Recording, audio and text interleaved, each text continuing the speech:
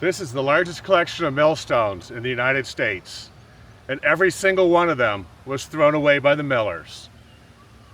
I'm Darren, and this is the Industrial Revolution.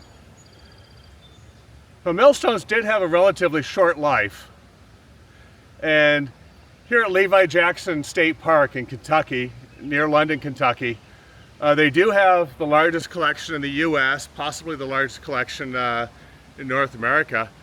And they have some really great millstones here, although all of them, as I mentioned, were in fact disposed of as being useless to the millers.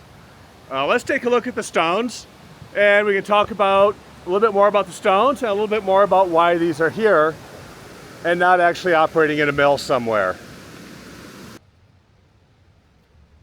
Before we go into specifics, let's review a bit more about millstones in general. Millstones like this have been powered by horse mills, with horses walking in circles to grind the grain, and for at least the last couple of thousand years, by both wind and water-powered mills. There's not really a difference between wind and water-powered mills when it comes to the millstones. They all work the same way. As we walk through the collection here, you'll see that there's a lot of variety. There's different sizes, different materials, and different patterns cut into the stone, called the dressing. All of this could be specified by the miller. Obviously, once the mill was built, that pretty much defined the size of the stones, both the diameter and the thickness. The materials varied, with smooth grained stones, like sandstone, perhaps doing a better job than conglomerates, but conglomerates could often be far cheaper in some areas, so they were often used, which is why most of the stones in this collection are actually conglomerates. They weren't necessarily any better, but they were often cheaper, so that's what got used. When it comes to the dressing, as you can see, there's a huge variety. The miller could pick how they wanted the millstones dressed. Partly this would vary based on what they were milling, but it's also largely influenced based on what was typically used regionally, as well as the miller's personal preference. Small millers would probably order the stones pre-dressed. They'd show up ready to install. If you were a big mill, though, like Quaker Oats, for example, you might just order the undressed stones and have one or more full-time dressers on staff to dress them on location when they arrived. In either case, as they wore down, which could happen surprisingly quickly, you'd have to at least touch up the stones. This could be as often as every week or so, depending on how often the stones were used, how many hours a day, and what you were grinding. This touch-up work was something that the millers could typically do themselves. After touching up the stones, which involved regrinding all the grooves called furrows and all the little lines called cracking, they'd wipe down the stones, but they still have quite a lot of grit. So to get rid of that, they'd run a bag or two of low-quality grain through to clean out the stones. The flour that came out of that would have a lot of stone grit in it, so they couldn't really sell it to people, and that'd often be used as animal feed.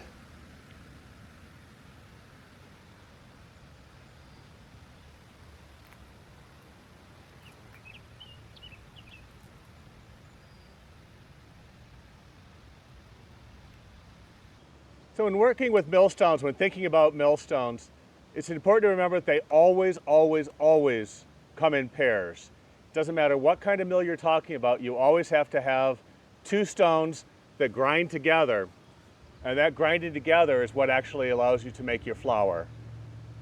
Now, whether you're calling it a grist mill or a flour mill, it doesn't really matter. The grist is in both is always the stuff you put in the top. The flour is always the stuff you take out of the bottom. Those are more different business models. The two stones are always paired. This is a pair of millstones. You see they are dressed the same. The dressing is the pattern that's on the surface. There were a lot of different styles of dressing. We'll talk about a few of those here in a bit on the video. In this case, you have this one as your bedstone. The bedstone is one that sits on the bottom. In almost every case, except one that we're going to talk about in a bit, the bedstone does not turn. The bedstone stationary. This is called the runner. The runner does turn. So how do you tell these apart? Well, you can start by looking at this hole here. The hole here is round, it can be square, but there's no cuts on the surface of it. Compare that to this one, where you have this larger hole, but you have these 2 square cuts here.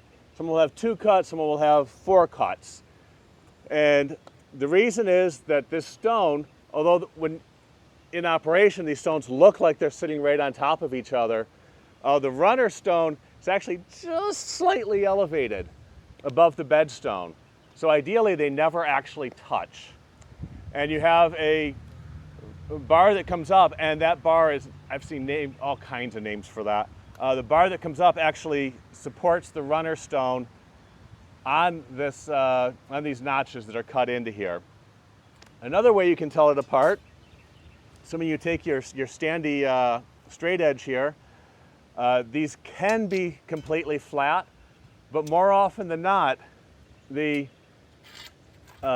bedstone here will actually be just slightly higher in the top, and so it'll be just slightly domed, and the runner stone will be just slightly convex. Remember, this would be flipped over onto the top here, and that's just really minuscule amounts, but that allows the grain, gravity will help move this out.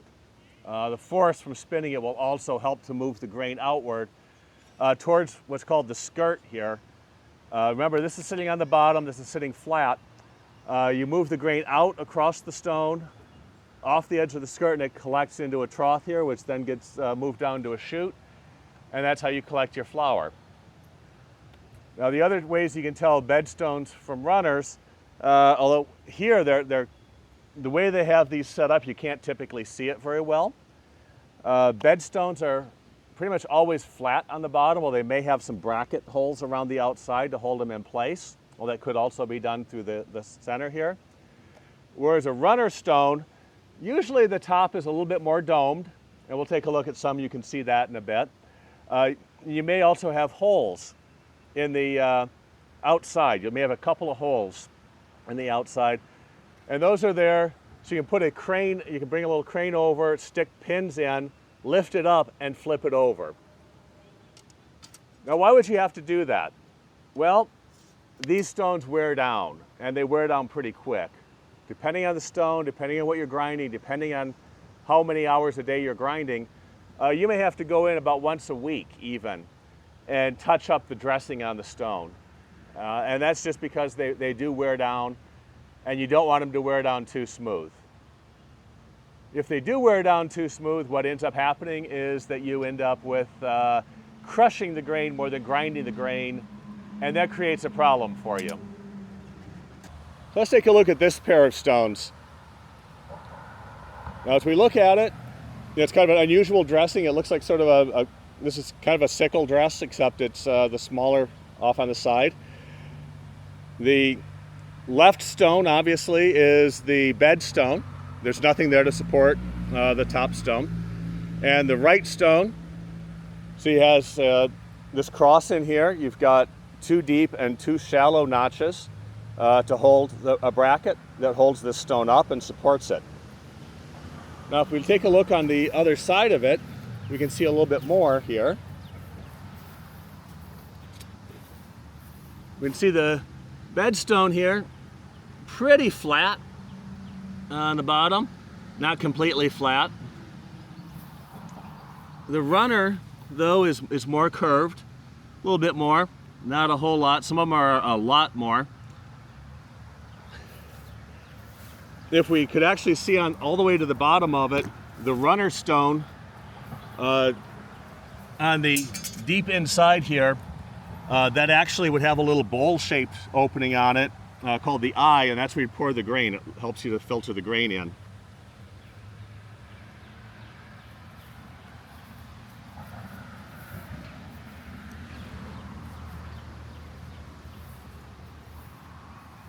looking at these stones here, you can see far better. You can see the bedstone here completely flat, and this is very rounded here, much more rounded as the runner. So these ones aren't real big diameter. In fact, if we look at it, you can see it's about a 3-foot diameter. Just not bad, but a lot smaller than some. These things could go 6-8 feet in diameter. But one unusual thing here, they're thick. These things are about a foot thick. The runner stone, which is near us, see that hole down here? That hole is, in order to put a pin into it, there's another one like it on the other side.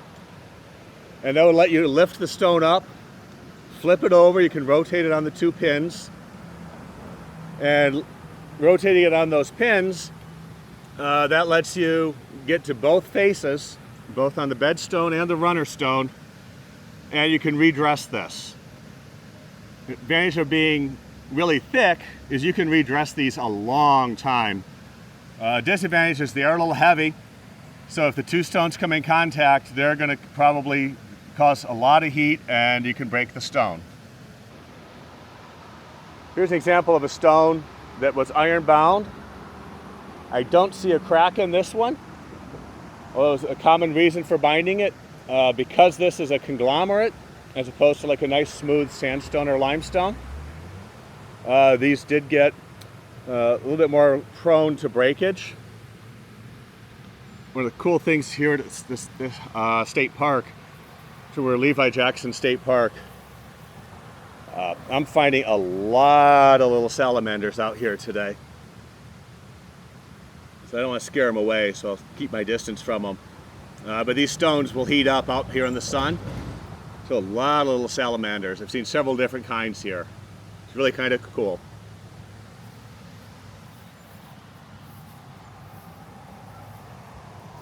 And here you can see really clearly that rounded base for the rounded top, excuse me, for the runner stone, and flat for the bedstone.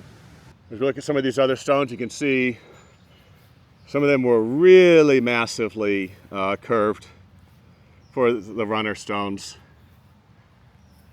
And you can also see sometimes the iron bands just weren't enough to hold things together, and they just completely fell apart. So here's an example of a bedstone, and the runner's not with this one. And you see this metal bar going through it. It's also bound with an iron band. But the metal bar, you saw all the runners had those either 2 or 4 notches at the top. And this is an example of what would go into those notches. And you could adjust this up and down. If you look at a mill that's running, someplace you're going to see a place there where they can turn a wheel, and that will really slowly raise this up and down to get the right thickness. Do you remember I said that you have a stationary bedstone on the bottom, and then you have a runner stone on the top, and it's the top stone that does the turning? Well, that's almost always the case unless you have one of these. These are cone-type grindstones, cone-type millstones. And in this case, the cone piece here sits on the bottom, and it's the cone that turns. This piece here, which has a conic opening in the center of it, does not rotate. Other than that, they're really very similar. You have the dressing on the inside here, on the outside here. Similar dressings to what you have on every other millstone that you've ever seen. You pour the grain into the top, it comes down through the stone, the turning grinds it, and that causes the grain to become flour by the time it gets out to the bottom. And there are a few of them here, and this is the only place I've ever actually seen these. Take a little bit closer look at them.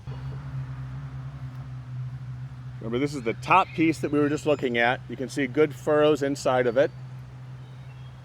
And the cone for it, which has almost no furrows left, they're worn almost completely away. The second one they have here, the top piece, almost nothing visible for the furrows. You have a cone. Oh, this is a little bit smaller cone. I'm not sure if that's the cone that went with it originally. It still has some furrows on it. You also have a smaller one here, the top piece. That cone may have gone into here originally. And finally, you come over here and you have a third one. Very much not the cone that was originally in there. You can tell that very clearly. Also, this is upside down, remember. The cone part is on the bottom, and that's the part that turns. And the other part is on the top. So let's take a little bit closer look at these furrows. One thing you'll notice here, looking at the furrows, is that you've got a sharp edge here on this side and a sloped edge here. Let's come around to the back side. We can see this a little bit better.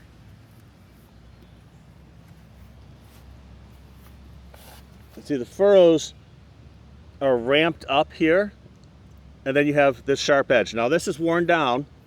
This would have been ideally a perfect right angle here, so it's straight over and straight down, and this one's ramped. You know that the grain's going to be pushed against that sharp edge. Millstones, you want to, we talk about grinding, but typically you're mostly scissoring, and that's the purpose of the furrows, is to scissor the grain. It sort of slices it off. So we have the sharp edges here that scissor it. You have these lines here, which are called crackings. Those would wear off pretty quick, which is part of why I believe that this stone was probably thrown away when it cracked, because a solid week or two of use could completely get rid of all of these crackings. You don't need the crackings at all if you're grinding corn. For other stuff, again, depending on what you're grinding, how much you're grinding, you'll get different lengths of time. But you can see across here you have different amounts of different sizes here. The grain got pushed out. Anything that came off the edge, down the skirt, went to the flour dresser, filtered it. Big pieces go back in, other pieces you sell. So what actual problems did you typically encounter with millstones, and what'd you do about it? Well, if we compare these two stones here, you can see one of the problems that came up that was just inherent in the stone. You have this smooth grained stone here, which this one's really worn, but properly dressed, this is going to give you a good smooth flour. Compared to this composite stone here, or conglomerate stone, all these little pebbles are just bound together. These are inherently going to wear a little bit less evenly. You also run the risk that some of these pebbles could pop out and leave like holes and stuff in here. And again, that's uneven. The uneven wear can create problems with flour inconsistency and things. Another problem you ran into is as these furrows wore down, instead of scissoring the grain properly to get really thin slices off these furrows, what you'd wind up with is that you get more crushing.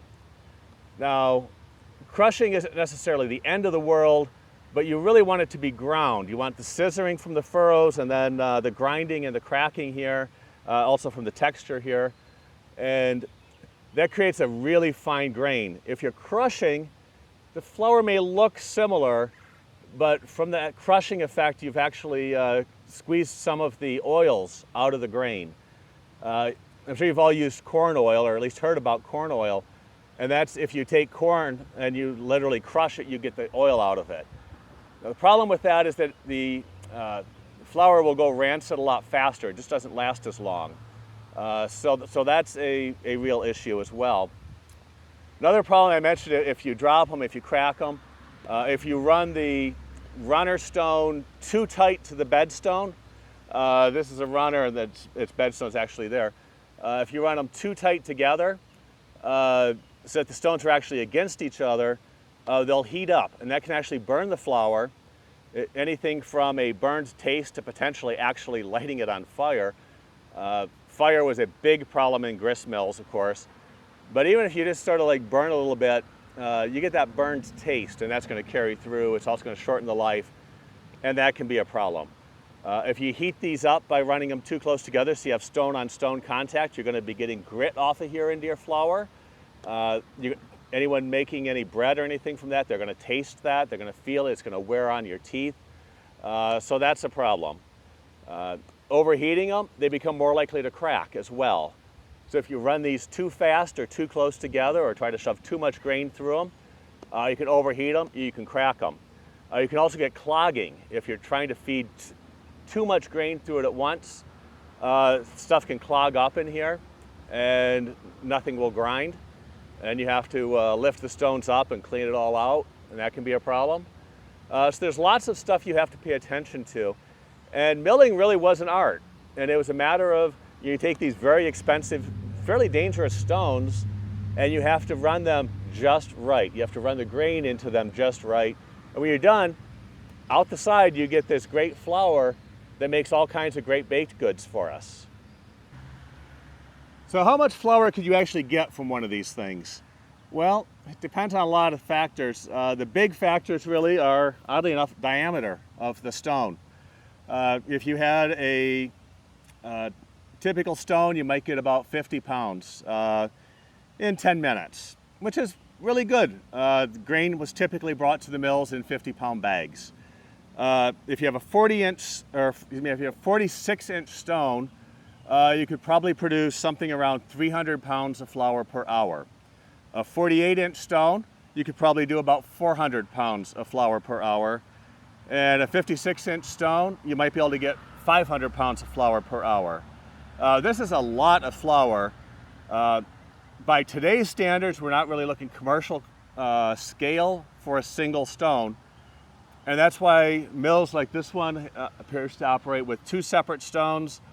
As you went from the local grist mills up over to the bigger flour mills, you'd often wind up with a lot more stones. You could have a whole lot of stones operating in a mill at once just to increase the amount, because you couldn't really up the amount of flour per stone. Those 56-inch stones, that's a big stone. You could go a little bigger, but the size is just a lot. The cost of getting it is a lot. And they just aren't going to last any longer. When they break, you still have to throw them away and replace them, and it's expensive, and it's hard to handle them. It's dangerous to handle them. But stones like this really are what humanity used throughout, beginning with very early in the Industrial Revolution. In fact, this may have been the first piece of the Industrial Revolution.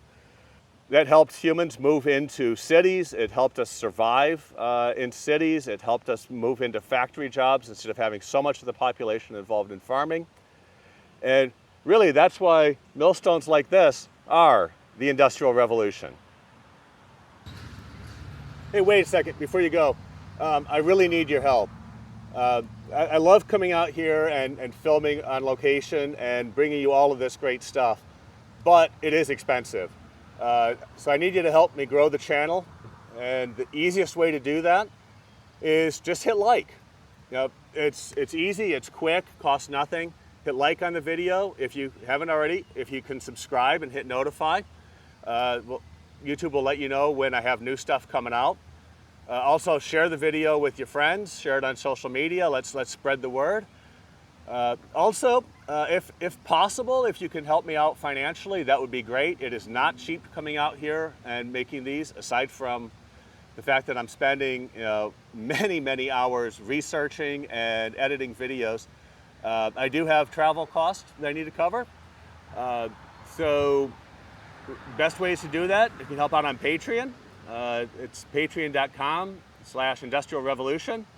Or just hit the super thanks button on YouTube, that works too.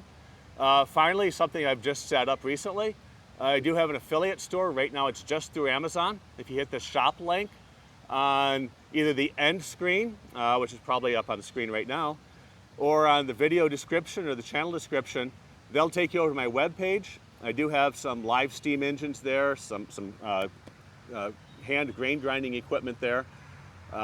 But if you follow that link over to Amazon, for example, anything you put in your cart, even if you don't buy the thing on the link, the channel will get a percentage of the entire cart purchase. And that's really going to help me a lot. It's going to help me keep making these videos, keep bringing them to you. So thanks again, and I look forward to seeing you next week.